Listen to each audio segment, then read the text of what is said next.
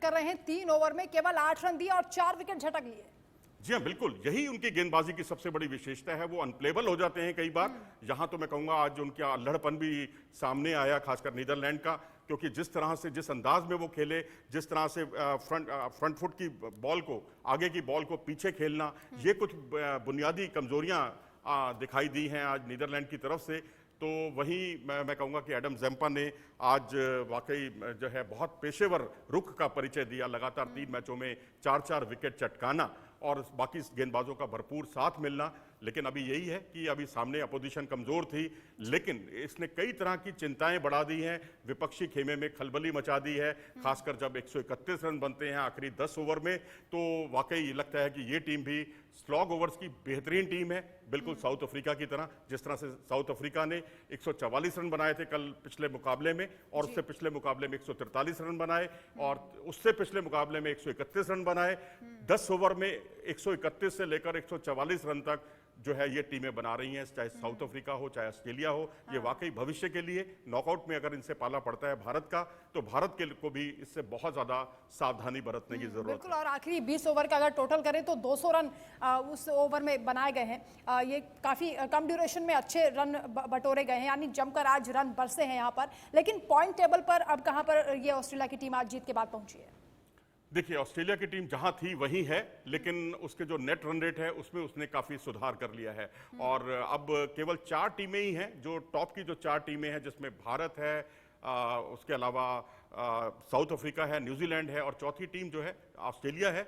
इन चारों का प्लस में है नेट रन रेट, बाकी सभी टीमों का माइनस में है। इससे आप अंदाजा लगा सकते हैं कि बाकी टीमों के बीच और इन टीमों के बीच कितना बड़ा अंतर दिखाई दिया है। और चारों टीमें चैंपियन बनकर उभरी हैं, और भारत क्योंकि अभी तक अपराजित है, टूर्नामेंट की एकमात्र अपराजित टीम है, और नजर जरूर बनाए हुए हैं। लेकिन मेरे ख्याल से भारत को भी चिंतित नहीं होना चाहिए कि बेशक ये 10 ओवर में कितने भी रन बनाए, लेकिन भारत क्योंकि रनों को चेज करके जीत रहा है, तो अब उसके सामने जब लक्ष्य ही कम होगा, 2 मौकों पर तो 200 से भी कम का लक्ष्य था, तो फिर भारत 10 ओवर में 144 रन कैसे बना सकता है? तो मैं समझता हूं बहुत चिंतित होने की भारतवासियों को जरूरत नहीं है, क्योंकि हमारी गेंदबाजी मुकम्मल है। और यहाँ पर कुलदीप यादव को खेलना या जडेजा को खेलना इतना आसान नहीं है। बुमराह के सामने जिस तरह से दूसरे स्पेल में जब बुमराह आते हैं, उन पर खेलना बहुत मुश्किल हो जाता है, अनप्लेबल हो जाते हैं, और उनकी खासकर ऑफ कटर गेंदें और रिवर्स स्विंग गेंदें कहर बरपाती हैं।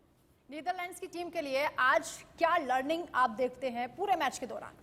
देखिए, सबसे तो ये है कि जो उनकी गेंदबाजी, जो उनकी जो है एक तरह से बड़ी ताकत मानी जाती थी, वही गेंदबाजी आज ना तो उसमें गति परिवर्तन था, ना यॉर्कर गेंदें थी, स्लॉट पर आप गेंदें दे रहे थे। आखिरी 10 ओवर में अगर आप उनकी गेंदबाजी को देखें, या लो फुल टॉस थी, आप यॉर्कर कराने की कोशिश कर रहे थे, लेकिन यॉर्कर हो नहीं पा रही थी, और उसी का भरपूर फायदा उठाया 1 या 2 कदम निकाल कर, जिस तरह से ग्लेन मैक्सवेल खेले हैं। मैं तो कहूँगा कि आज 40 ओवर के बाद वो 1 मैन आर्मी साबित हुए अपनी टीम की, तभी 399 का एक विशाल स्कोर टीम खड़ा करने में कामयाब रही। और बल्लेबाजी में जिस तरह से लाइन को सही लाइन को ना पढ़ पाना, ना स्पिनर्स के सामने, ना तेज गेंदबाजों के सामने, यदि आप इस तरह की मूलभूत गलतियां करेंगे तो फिर आपके लिए लौटना जो है बहुत बहुत मुश्किल हो जाएगा। तो यही स्थिति है। मैं तो कहूँगा कि अब ये टीम का पुलिंदा बन चुका है। सेमीफाइनल की होड़ से जो है नीदरलैंड की टीम बाहर हो चुकी है। कल आपने बांग्लादेश को देखा, वो भी 4 मुकाबले हारने की वजह से टूर्नामेंट से बाहर हो गई है। अब 8 टीमों के बीच संघर्ष है, और जगह है 4 सेमीफाइनल स्लॉट। मनोज जी, लेकिन ऑस्ट्रेलिया की टीम ने जितने अच्छे तरीके से आज परफॉर्म किया है, कौन कौन से स्ट्रॉन्ग पॉइंट्स आपको नजर आते हैं जिससे विपक्षी टीम को आने वाले मैचेस में बहुत सावधान रहना होगा, जो खतरनाक हो सकते हैं? देखिए, शुरुआती ओवरों में शानदार बल्लेबाजी और आखिरी ओवर में बेहतरीन बल्लेबाजी, और 20 के ओवरों में भी 6 रन प्रति ओवर की गति को मेंटेन करना, ये तीनों चीजें अगर किसी में आ जाए तो वो एक तरह से मुकम्मल बल्लेबाजी मानी जाती है। और ये बल्लेबाजी जो है, पहले 2 मुकाबले छोड़ दें आप, तो उसके बाद उसकी बल्लेबाजी में तीनों बार दिखाई दी है कंसिस्टेंट परफॉर्मेंस करना। क्योंकि आप एक बार अच्छा परफॉर्मेंस करते हैं, उसके बाद आप लुढ़क जाते हैं, तो उसका बहुत ज़्यादा मतलब नहीं रह जाता। लेकिन डेविड वार्नर जो एक सेंचुरी बनाते हैं, अगले मैच में फिर सेंचुरी बनाते हैं। उधर एडम ज़ेम्पा जो 4 विकेट लेते हैं उससे अगले मैच में 4 विकेट लेते हैं, उससे अगले मैच में फिर 4 विकेट लेते हैं। इसे कंसिस्टेंसी कहते हैं। यही एक पेशेवर रुख है इस टीम का, क्योंकि 1999 की घटना याद कीजिए, जब ये टीम भारत से भी हारी, साउथ अफ्रीका से भी हारी। उसके बाद जब टूर्नामेंट खत्म हुआ तो इनके हाथ में चमचमाती ट्रॉफी थी। तो ये बात थोड़ा चुनौतीपूर्ण रहेगी। और एक और चुनौतीपूर्ण बात यह है कि आखिरी 10 ओवर का खेल इसका साउथ अफ्रीका से कम नहीं है। बहुत ताबड़तोड़ बल्लेबाजी करने में माहिर हैं इसके बल्लेबाज, और यही 2 टीमें हैं जिनसे खास तौर पर भारत को भी बहुत सतर्क रहने की जरूरत है। और यही सब खूबियां हैं कि शुरुआती ओवर, आखिर के ओवर और बीच के ओवरों में मेंटेन करके रखना, और साथ में जो गेंदबाजी है उसमें स्पिनर्स का, तेज गेंदबाजों का बहुत अच्छा जलवा। और तेज गेंदबाजी में खास तौर पर मैं कहूँगा यॉर्कर भी जहाँ जरूरत होती है वहाँ ये यॉर्कर भी करते हैं, जहाँ गति परिवर्तन करना होता है वहाँ गति परिवर्तन भी करते हैं। और लगातार बल्लेबाज की साइकोलॉजी को पढ़ना, ये भी एक अतिरिक्त खूबी है ऑस्ट्रेलिया की टीम में। मनोज जी, जैसा कि कल बांग्लादेश के लिए भी मैंने आपसे सवाल किया था, वैसा ही नीदरलैंड्स की टीम के लिए भी, क्योंकि लगातार जो मैचेस हारे हैं उसके बाद क्या कोई सबक नहीं लिया गया, और इतनी बड़ी टीम के साथ, चैंपियन के सामने आप खेलने जा रहे हैं, तो क्या तैयारी उस हिसाब से नजर नहीं आई आज मैच में? देखिए, टीम में क्षमताओं की कमी नहीं है, क्योंकि इसी टीम ने साउथ अफ्रीका को भी हराया है। लेकिन जब आप मौके पर चौका नहीं लगा पाते, मौके पर चूक जाते हैं, गेंदबाज नहीं चलते, बल्लेबाज नहीं चलते, और आप रनआउट का एक ऐसा मौका चूक जाते हैं और कैच टपका देते हैं, जब आपके पास बैटिंग, बॉलिंग, फील्डिंग तीनों क्षेत्रों में यदि आपकी टीम सरेंडर कर दे या आत्मसमर्पण कर दे, तो उसके बाद फिर टीम की वापसी की उम्मीदें खत्म हो जाती हैं। 399 रन बनाना एक टीम का, और 400 का लक्ष्य रखना अपनी अपोनेंट टीम के सामने, तो 400 के सामने आप 100 रन भी नहीं बना पाते हैं, तो ये कंपटीशन था ही नहीं। सच कहा जाए तो बिना किसी का अनादर किए हुए ये बात कहने में मुझे कोई संकोच नहीं है कि ये लड़ाई एक शेर और मेमने की लड़ाई बनकर रह गई। यानी ऑस्ट्रेलिया के सामने नीदरलैंड्स की टीम ने पूरी तरह से सरेंडर कर दिया, आप ये मान रहे हैं? बिल्कुल, आत्मसमर्पण ही इसे कहेंगे कि अगर आप 100 रन भी ना बना पाएं, और जिस तरह की आपकी गेंदबाजी है उसमें आपकी गेंदबाजी असरदार बिल्कुल साबित नहीं हो पाती, और जिस तरह से लड़खड़ाहट आपकी फील्डिंग में दिखती है, बॉलिंग में दिखती है, क्योंकि इतनी खराब बॉलिंग तो हमने पहले कभी नहीं देखी कि एक गेंदबाज जो रिकॉग्नाइज्ड, और वो भी तब ऐसी परिस्थिति में जब आपके लिए करो या मरो वाली स्थिति है, एक बड़ा फेरबदल आज इस मैच में हो सकता था। देखिए, ये टीम ना एक एसोसिएट टीम है, और इसका एक बहुत बड़ा उलटफेर करना ही बहुत बड़ी बात है।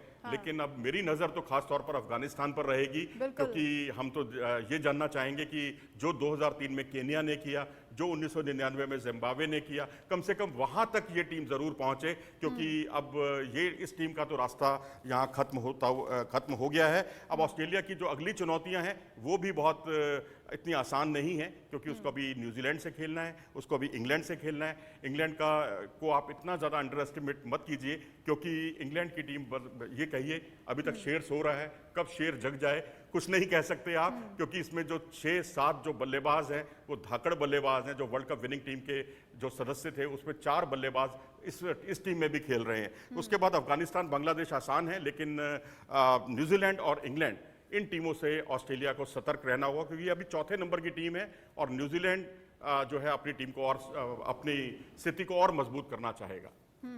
इंग्लैंड हालांकि लास्ट मैच में बहुत अच्छा उन्होंने भी प्ले किया था और एक ये दिखाने की कोशिश की कि वो चैंपियन है, लेकिन ऑस्ट्रेलिया और इंग्लैंड के बीच जब मुकाबला होगा तो सबसे ज्यादा दिलचस्पी कौन कौन से स्टार खिलाड़ियों में रहेगी आपकी? देखिए, इंग्लैंड की तो जो टॉप बल्लेबाजी है वही उसकी सबसे बड़ी ताकत है, चाहे वो जॉनी बेस्ट्रो हो या फिर बटलर हो। अब तो हैरी ब्रुक भी आ गए हैं, और उनके जो रूट जो हैं वो बेहतरीन प्लेयर हैं, और बेन स्टोक्स जो हैं उनको हम कभी हल्का नहीं आंक सकते, क्योंकि वो तो एक ऐसे वन मैन शो उनका कई बार देखने को मिला है। अपनी हारी हुई बाजी को पलटना, ये उनके खेल की बहुत बड़ी खूबी है। वहीं ऑस्ट्रेलिया की बात करें तो ऑस्ट्रेलिया में आज आपने देख ही लिया, उनकी बल्लेबाजी जो टॉप ऑर्डर है वो बेहतरीन है, और जो मिडिल ऑर्डर नहीं चल रहा था वो भी चल गया है। अब आप ये देखिए, यहाँ स्टीव स्मिथ का फ्लॉप शो था, पिछले 10 पारियों में केवल 1 हाफ सेंचुरी थी।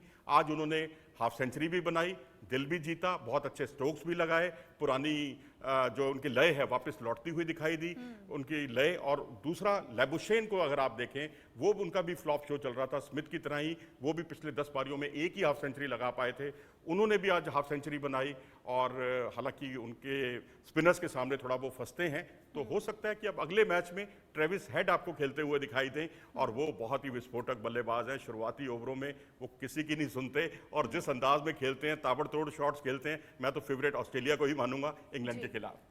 लेकिन मनोज जी, जिस तरह से दक्षिण अफ्रीका को देख लीजिए या आज ऑस्ट्रेलिया को देख लीजिए, 400 रन का जो एक स्टैंडर्ड सेट किया जा रहा है, और मैच कितना रोमांचक हो जाता है जब इतना बड़ा स्कोर होता है। खूब जो दर्शक हैं वो एंजॉय करते हैं इस मैच को। आज के मैच को भी लोगों ने बहुत एंजॉय किया है। ऐसे ही मैच की अब आगे उम्मीद की जाएगी, एक स्टैंडर्ड सेट हो गया। देखिए, मुझे तो मज़ा इंडिया और न्यूजीलैंड के मैच में आया था, जिसमें विराट कोहली पर बहुत कुछ निर्भरता थी, और विकेट भी हमारे काफ़ी गिरे। और उस वक्त एक समय तो लग रहा था कि न्यूजीलैंड जो है वो कमबैक कर चुका है, लेकिन विराट कोहली ने उनकी हसरत को पूरा नहीं होने दिया। मैच में मज़ा तब आता है जब आखिरी ओवर या अंतिम पूर्व ओवर या 47वें या 48वें ओवर में या 50वें ओवर में फैसला हो। लेकिन यहाँ तो दूसरी टीम ने आत्मसमर्पण ही कर दिया। आपने शॉट्स, आपने जो कुछ एंटरटेनमेंट किया, एंटरटेन आप हुए, सिर्फ आप मैक्सवेल की अच्छी पारी की वजह से हुए, जो उन्होंने समा बांध दिया अपनी बल्लेबाजी से, या फिर आपको जो एंटरटेन आप हुए डेविड वार्नर की बल्लेबाजी से। और जो स्मिथ और लैबुशेन जो बिल्कुल शांत थे, उनको परफॉर्म करते हुए देखना बहुत अच्छा लगा। एडम ज़ैम्पा को लगातार कंसिस्टेंटली 4-4 विकेट चटकाते हुए देखना बहुत अच्छा लगा। लेकिन दूसरी तरफ से कोई संघर्ष देखने को नहीं मिला। उससे मैच की जो नीरसता थी, वो मैच बिल्कुल नीरस बनकर रह गया। वो रोमांच नहीं आ पाया। रोमांच तभी आता है जब ताली दोनों हाथों से बजे, दोनों तरफ से कुछ अच्छा प्रदर्शन देखने को मिले। ठीक कहा आपने। शुरुआत में जो विस्फोटक पारी खेली गई है ऑस्ट्रेलिया के खिलाड़ियों की ओर से, वो वैसा जो सेटअप था वो दोबारा देखने को नहीं मिला, और आधा मैच उसके बाद एक तरीके से सरेंडर ही लग रहा था। ठीक है, बहुत शुक्रिया आपका मनोज जी हमारे साथ जुड़ने के लिए, तमाम बातचीत के लिए। तो ऑस्ट्रेलिया ने बहुत बड़ी जीत हासिल की है, और अपना ही रिकॉर्ड उन्होंने तोड़ा है, जो कि 2015 में अफगानिस्तान के खिलाफ उन्होंने सेट किया था। अब देखना यह दिलचस्प होगा कि आगे ऑस्ट्रेलिया की टीम कैसी रणनीति के तहत दूसरे जो विपक्षी टीम होगी उनको भी हराती है।